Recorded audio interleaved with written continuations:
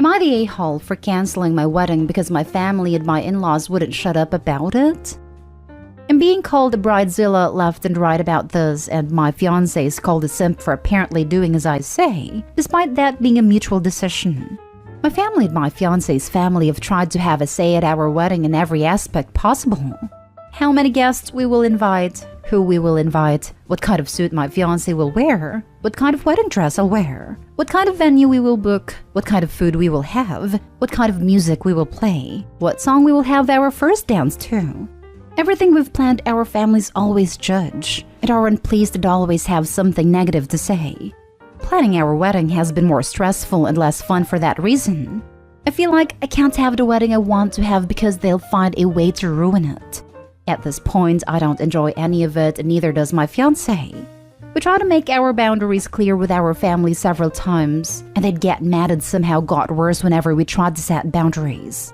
So, my fiancé and I both decided we will not have our wedding, and we will just go to the courthouse with our two best friends as witnesses. And that's it. No parties, no venues, no receptions. Just us, with our dream dress/suit and our two best friends. And after that, we'll book a restaurant to have some dinner with our 10 closest friends. That's all. Our families are continuing with the guilt tripping. Even my sisters, who used to remain neutral and even supported me sometimes, are now saying I'm taking it too far. But I'm manipulating my fiancé about this too. They keep insulting us and telling us to change our decision. We demanded an apology from their behavior and that we might have our wedding. But they refused to see why they should apologize. We said we stand firm. Are we the a-holes? Edit. Many people are asking who's paying.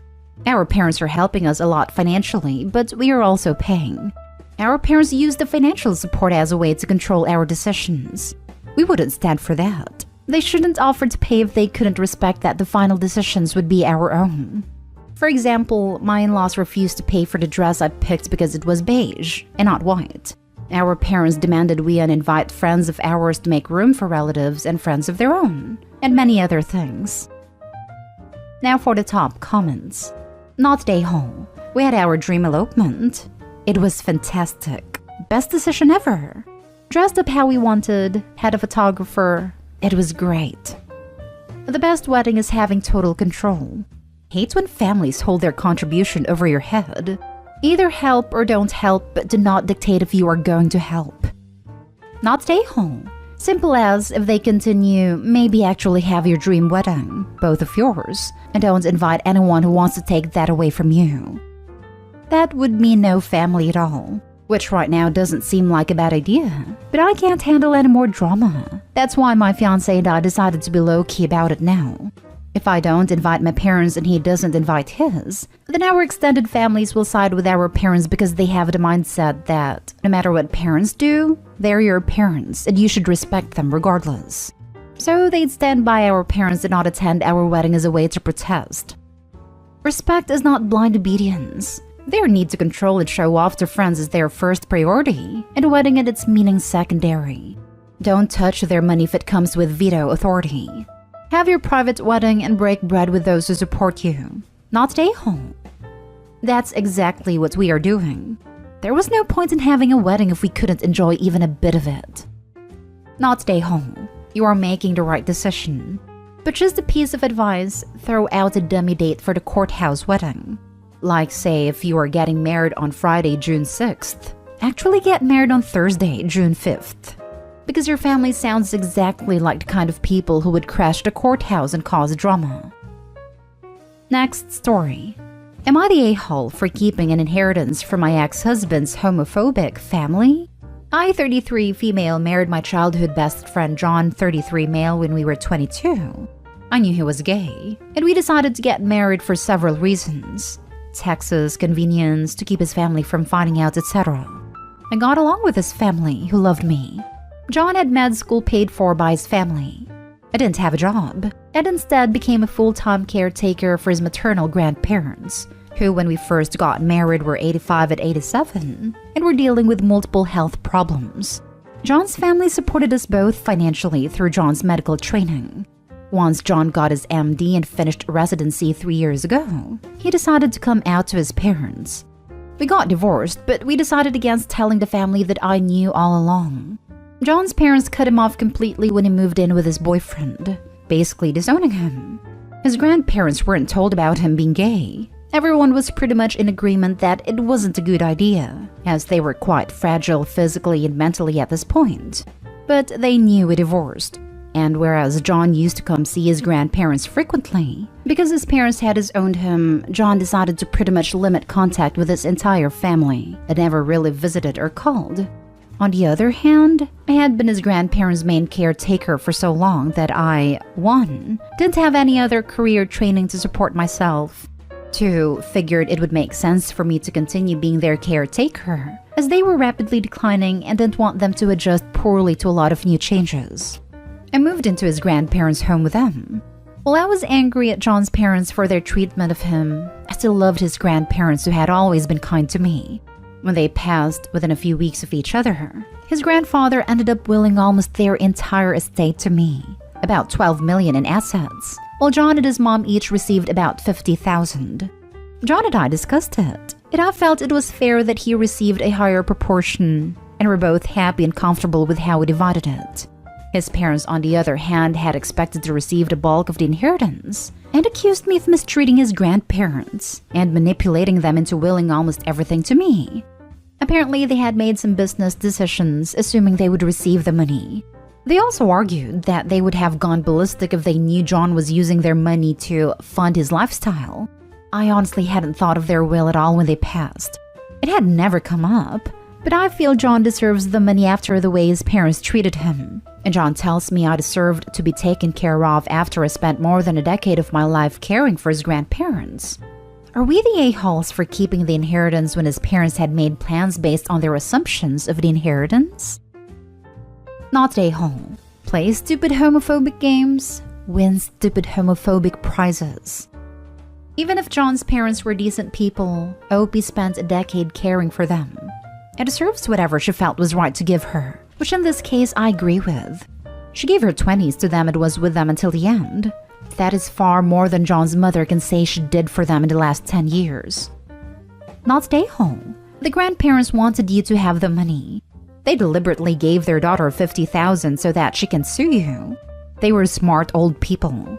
I wouldn't be surprised if they knew about John's sexuality all along. Never underestimate people just because they're old. Honestly, I think they did know but never mentioned it. It seems likely his parents told them, or word somehow got out. Sometimes people just know. There were likely obvious clues that even you and your ex couldn't hide. The best kind of people will treat people with kindness no matter what they think about their life choices. I know my ultra-religious grandparents were not thrilled with my wife and I living together before we married, but never complained to us about it. It's likely his grandparents just wanted him to be safe and happy, no matter who he really loved. Not stay home. You took care of them and had no career because of all the unpaid work that you did. I don't know why you gave your ex some money, but that's your decision. He had supported me when I was facing homelessness and married me in part to make sure I would be taken care of. Next story is titled, Am I the a-hole for uninviting my sister-in-law to my wedding for her trashy behavior? Me, female 24, and my fiancé, 28 male, are getting married in 2 months. His sister, 30 female, is nice enough, but I've always gotten the sense she doesn't like me. She's never been rude, but she just seems uninterested in me. Even so, when our families get together, her and her boyfriend are personable enough.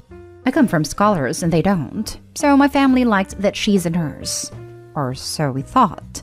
My cousins, both 34 male, came to town for a visit last week and said they were going to go out that night and they wouldn't be back till way late. They ended up coming back super early. And when we asked, me, my parents, and my fiancé, what happened, turned out they got kicked out of a strip club for taking a picture of a dancer. And it was my fiancé's sister.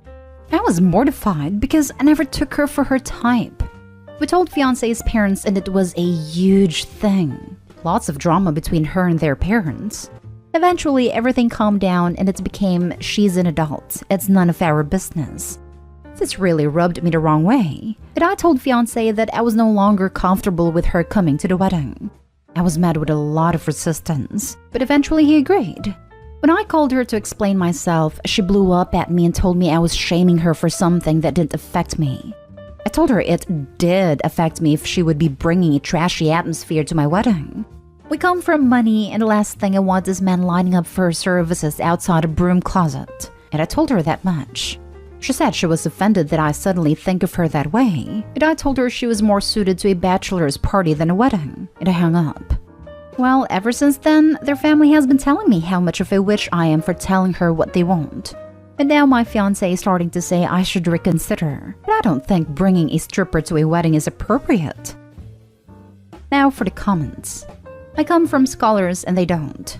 You're the a-hole just for that statement. Are you going to ban your trashy cousins who went to the strip club as well? They'd probably be the first in line for her services should she decided to offer. What the heck does I come from scholars even mean? Does this brain surgeon know that 1, education does not equal intelligence, and 2, even if it did, intelligence is not always hereditary, and smart people have dumb kids all the time? Info. Where does the sister exhibit trashy behavior in this story? The only one acting trashy is you. And the cousins who violated her privacy by taking a picture. You're the a-hole. I'm missing exactly where your sister-in-law exhibited trashy behavior.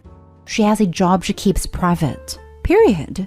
You literally had no idea until your family started to creepily sneak pictures of her while they were out drinking and carrying on. Your sister-in-law may work at a club, but your family was kicked out of the same place for being classless and out of line. They were literally too trashy for the atmosphere you're complaining about. Then you decided to dip yourself further into the dumpster fire of trash that is your family by blasting an adult's business to her parents as if she's a little kid caught skipping school. Was the tattletale nonsense necessary about something that's clearly zip all of your business? And again, while your sister-in-law is busily doing nothing offensive, you're worried your family and friends are so completely trashy themselves that they'll be lining up at a wedding, no less, for services no one has even offered, like a pack of crazed animals. What kind of people are you related to that this is going to be a problem? I don't know what kind of scholars you've got hanging around, but I have literally never, ever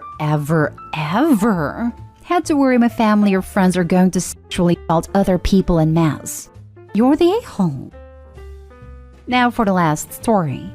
Am I the a-hole for letting my daughter wear a tiara to my cousin's wedding? My 32 female daughter Chloe, 4 female, has a fascination with princesses. She loves the color pink, wears only dresses, and has an array of tiaras she wears everywhere except at preschool where she can't, but she does have it in her backpack. My cousin 33 male Alex, fake names, invited us to his wedding, which was this past Saturday. Chloe was excited because she got to dress up and stay dressed up the entire time. She also couldn't wait to see the bride's dress. She asked if she could wear her princess tiara, and I said of course. We got to the wedding on time. However, the start time was delayed for unknown reasons.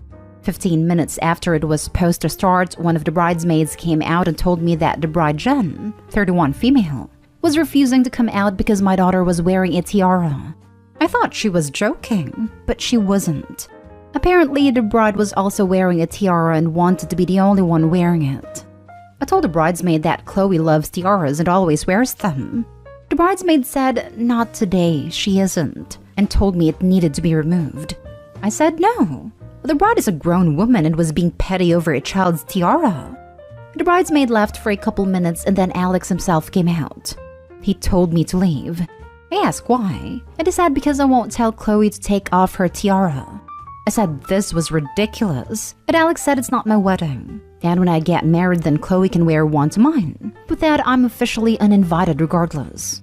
Others around me told me to just take it off, and I wouldn't. Alex's mom came over and escorted us out. Chloe was upset and crying because she feels she did something wrong. And I'm upset because I can't believe someone would be jealous over a literal 4-year-old. I also feel bad because Chloe was really looking forward to seeing Jen's dress because she loves wedding dresses. But literally no one is on my side. Am I the a-hole? Edit. Someone asked if my cousin has a mental illness. I said no, but the bride has Asperger's, and they said that's important for you all to know. You seriously need to parent up and teach your kid that there's a time and place for indulging your inner princess, and a time and place for sitting back, following dress codes, and letting other people shine. For example, at their own goddamn weddings. You were asked nicely, but were petulant and entitled. You caused this. It's not over a child. It's over your lack of parenting. There's a reason nobody's on your side. You're the a-hole. I agree with this. 4-year-olds should be taught time and place for attire. She didn't wear a tiara to preschool as mentioned by the OP, so a wedding is also a specific occasion. I personally would find it cute if I were the bride, but everyone is different, I guess. I think the bride's wishes, while over the top here, should be respected. Yeah, wedding conventions are stupid, so it's a frequent gray area here. But no one's saying OP's an a-hole for thinking the bride is being extra. She's an a-hole for digging in her heels for no good reason, refusing to teach her daughter an age-appropriate lesson about etiquette, and ruining her daughter's day on top of upsetting the bride. I'd bet they were quick to yeet her because stuff like this is part of a larger pattern. You're the a-hole for not complying with the bride's request/demand. It is their wedding and their rules. There is a reason literally no one is on my side in this, because you were wrong. Ruined her daughter's opportunity to enjoy herself, and for what? The kid would have gotten over the removal for a tiara in minutes. So much more upsetting to have to leave the wedding and not get to do the thing she was actually looking forward to, which was admiring the bride. Nobody told Opie that pick your battles doesn't mean pick every battle. Not only that, but the daughter at 4 years old had a social graces thought to ask her mom before the wedding if it was okay to wear it. How hard is it to say, "Oh honey, I'm sorry. I thought it would be alright, but mommy made a mistake, and bride would like you to take it off." Like how you don't wear it at preschool. You can have it with you, but let's not wear it right now. Sorry, but you're the a-hole. Yes, it was absolutely over-the-top idiotic for the bride to obsess over a 4-year-old wearing a tiara. But once she told you to take it off, you should have removed it. She's the bride, it's her party, she makes the rules. Yes, your daughter would have been disappointed to take it off, but I guess she was even more disappointed to miss the whole event.